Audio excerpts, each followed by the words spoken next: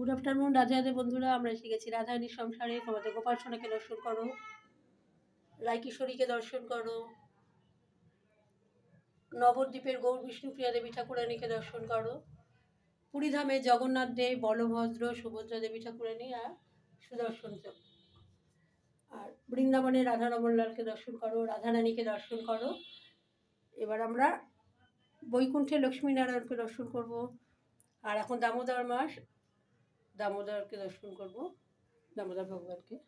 এবার আমরা ভগবানের ভোগ দর্শন করব।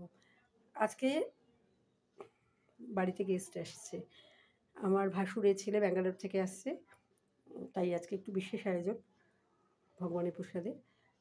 অন্ন, আলু ভাজা, ভুনা ছানা, আর এটা হচ্ছে সয়াবিন আলু গাটি কচুর তরকারি, এটা শাপলা পোস্ত,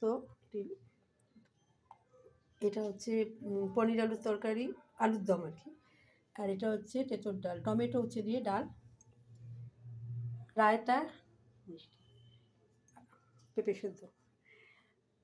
ঠিক আছে, ভগবানের ভোগ দর্শন করো। ভোগ দর্শনে দুর্ভোগ কাটে। ভগবানের কাছে প্রার্থনা করি যারা ভোগ দর্শন করছে সকলের দুর্ভোগ কাটুক এবং সপরিবারে সকলে শারীরিক মানসিক সকলেই সুস্থ থাকুক।